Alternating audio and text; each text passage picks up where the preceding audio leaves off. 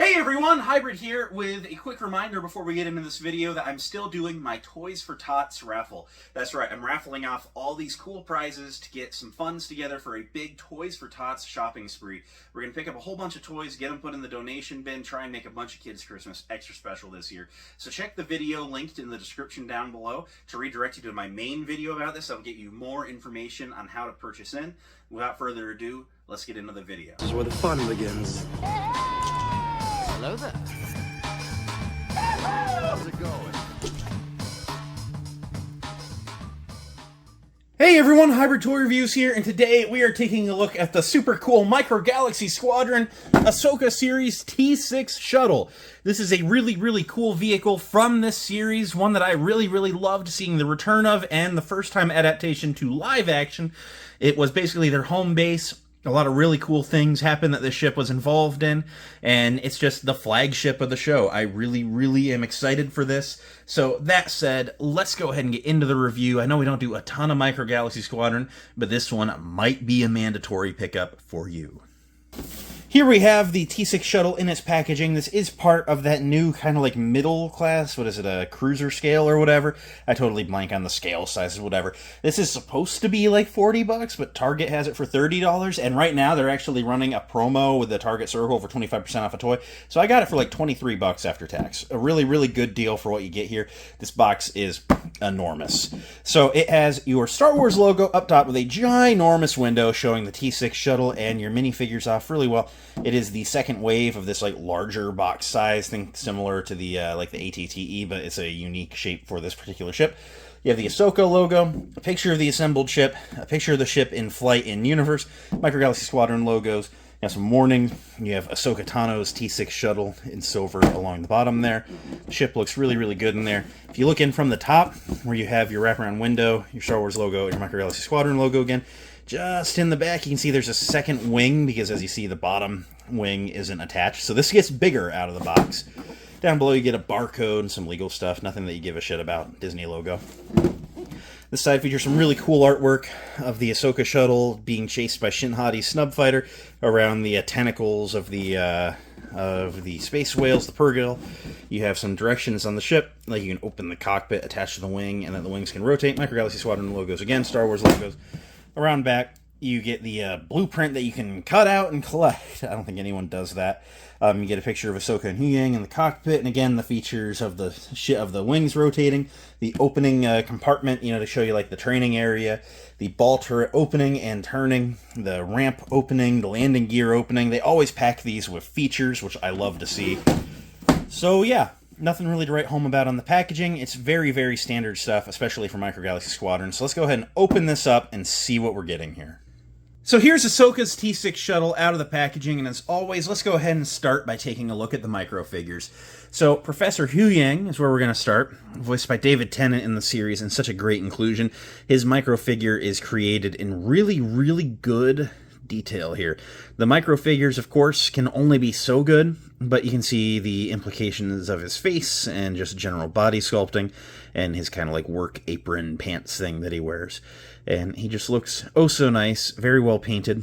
I love his little backpack arms, and like any other kind of backpack in this line, it does unpeg, leaving a little hole in his back. I'm going to leave that removed because I'm going to show you where they go later on.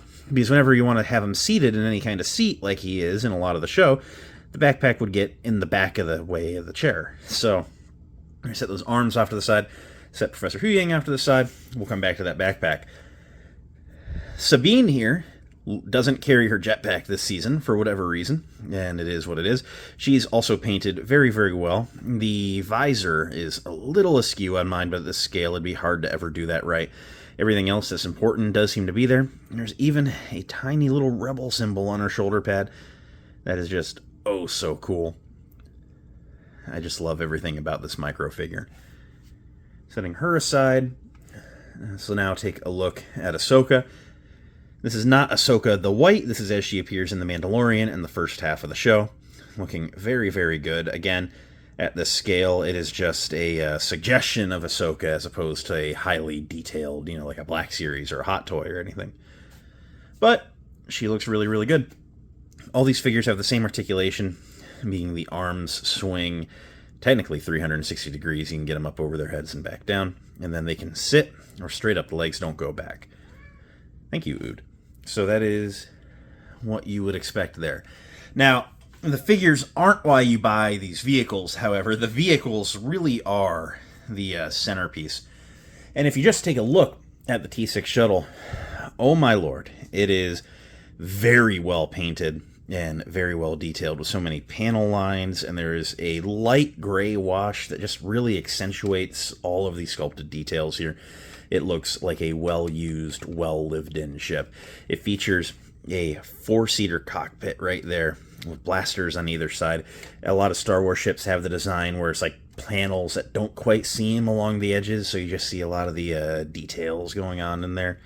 You see that going around both sides. Spinning it around back, you see the 4 engines and then the ball turret looking really, really good. The ball turret does click up and down like so, and then you just see the fins on the back of the wings. Right here, you actually see the open landing gear. Those do swing shut like so, and then it looks like it's in more of a flight mode. They swing down fairly easily. On mine, this side's a little stiffer when it locks in, and they don't come down any further really than that bottom fin there. And so it's just when you set it down, it rests on the fin and the landing gear like so. And it just makes for a really nice look if you want it in landed mode. However, this ship does do everything that you would expect it to do in universe, meaning that the wings, if you grab it generally by the core of it, around these engines, the wings can rotate 360 degrees around the core, which is really cool. So you could get it in its vertical flying mode, which is always a good look, or any variation in between. Now, these ships also feature a lot of internal components. So first, you might notice this right here. This is a ramp. Now I have it on the wrong side because it's only on one side of the wings. So first, let's turn it to a flight mode. You'll find on both sides of the crew compartment are these opening doors. Oops, sorry. And they allow you pretty good sight right through, really, when they're both open.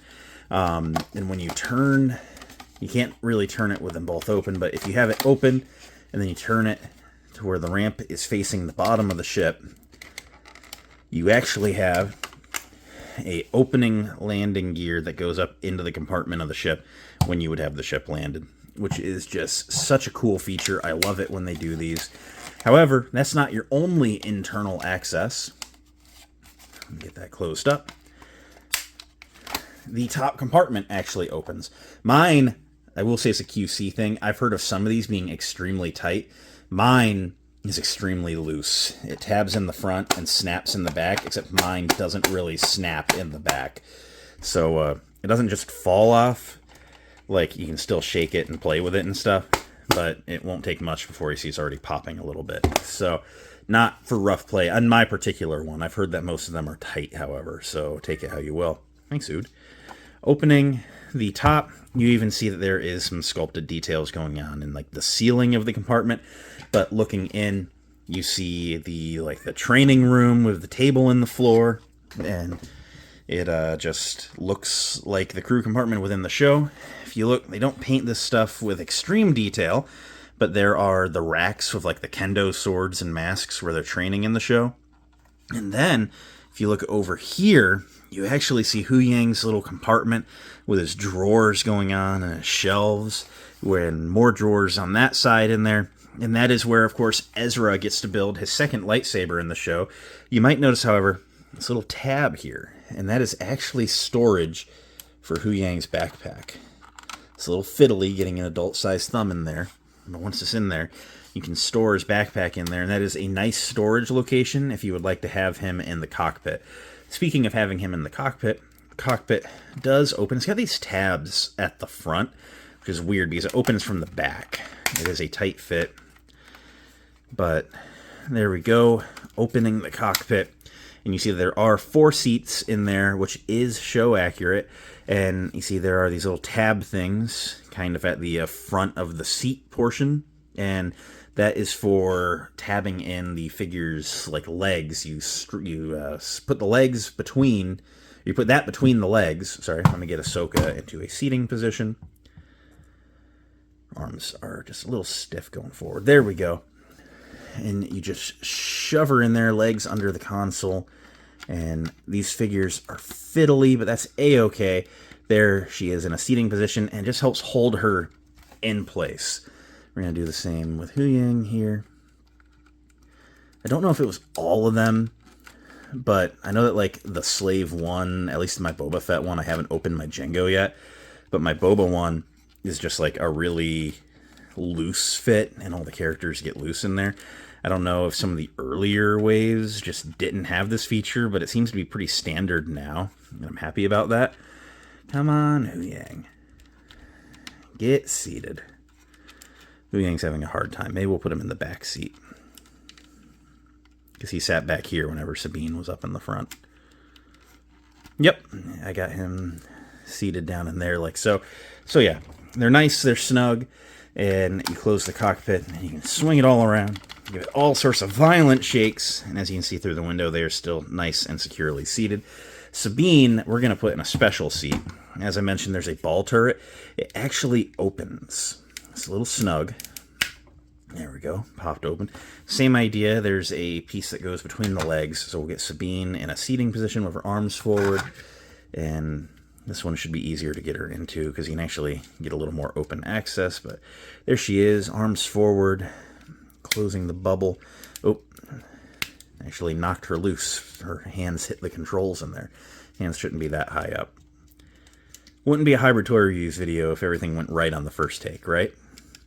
Yeah, they hit on her feet too, I think. So we'll get her seated with her feet up just a little bit. There we go. There we go. We got Sabine seated in there. And again, very nice secure fit. This this ball turret does rotate up and down, which is nice. I'm just going to go ahead and relock that onto the ship. Even though it snaps like that when it goes in, it's still loose. I don't know that I like that. I might have to add some magnets or something. But now we have our ship totally stocked, swooshing around, and everyone is nice and secure in their compartments as they are going on their intergalactic missions. So this is a really, really nice piece. I do like just the paint job on it and all of the insane minute details. One thing that might have been nice is if some of these round compartment doors up here would open, since that's like where Ahsoka came out in her spacesuit in the 3rd episode. But it's still cool, and I'm still happy with it overall. There's no gripes. But all in all, I do really like this. Let's do some comparisons. For starters, this is cheaper than the Ghost. We're going to bring the Ghost in here. And worth noting, it is wider than the Ghost. I mean, just slightly wider. It's not like an insane amount, but it is wider than the Ghost. The Ghost is a little longer than it is wide. But something, you know, like they're very similar in price for the, or for in size compared to the price difference. Of course, the Ghost has the electronic features, and then the Millennium Falcon does look comically small. Let me give you an overhead shot on this. As you see, it is just very, very large, pretty much dwarfing the Falcon and almost as big as the Ghost. So ultimately, I do like the scaling here because it is a very large ship. It just has a lot of dead space, you know, which the other ships don't. But yeah, all in all, extremely satisfied with how the T-6 shuttle scales. So at the end of the day, what do I think of the Micro Galaxy Squadron Ahsoka's T-6 shuttle? I think this is a beautifully done vehicle. I really love the attention to detail that was done here, and it just looks oh so good. I just have zero negative things to say. It is one of Micro Galaxy Squadron's best. Yeah, mine has a slight QC issue on the top canopy. Not super keen on that, but I'm just going to live with it. That is a case-by-case thing. The majority of them do not have it. If anything, the majority of them are too tight, as I've heard. So it just is what it is, but I love that you get the full crew for this. Some of these vehicles, you know, they leave you wanting. They leave you a bunch of empty seats, but the show is basically about these three. I guess I could say I want an Ezra, but, like, I'm sure we're going to get an Ezra somewhere along the line. Couldn't really tell you where. Probably in a blind box, honestly, with like one of the rideable, hound horse things that they were using in the season finale. That would be a good way to get an Ezra. So yeah, I'd like to get an Ezra, please. Micro Galaxy Squadron, please. Amon Esfandi Ezra is a requirement. So anyway, speaking of Amon Esfandi, don't forget to check out my Toys for Tots raffle, linked down in the description below. And one of the prizes is an Amon Esfandi signed a Night Trooper, which is just a really, really cool Funko Pop figure that could be in your collection. And you can help us put some toys in the Toys for Tots bin. So thanks for watching. It means a lot that you did. If you enjoyed, leave a like, comment, subscribe. All those end of video things, you know the drill. I'm going to go work on something else now. Until next time, may the Force be with each and every one of you, and goodbye.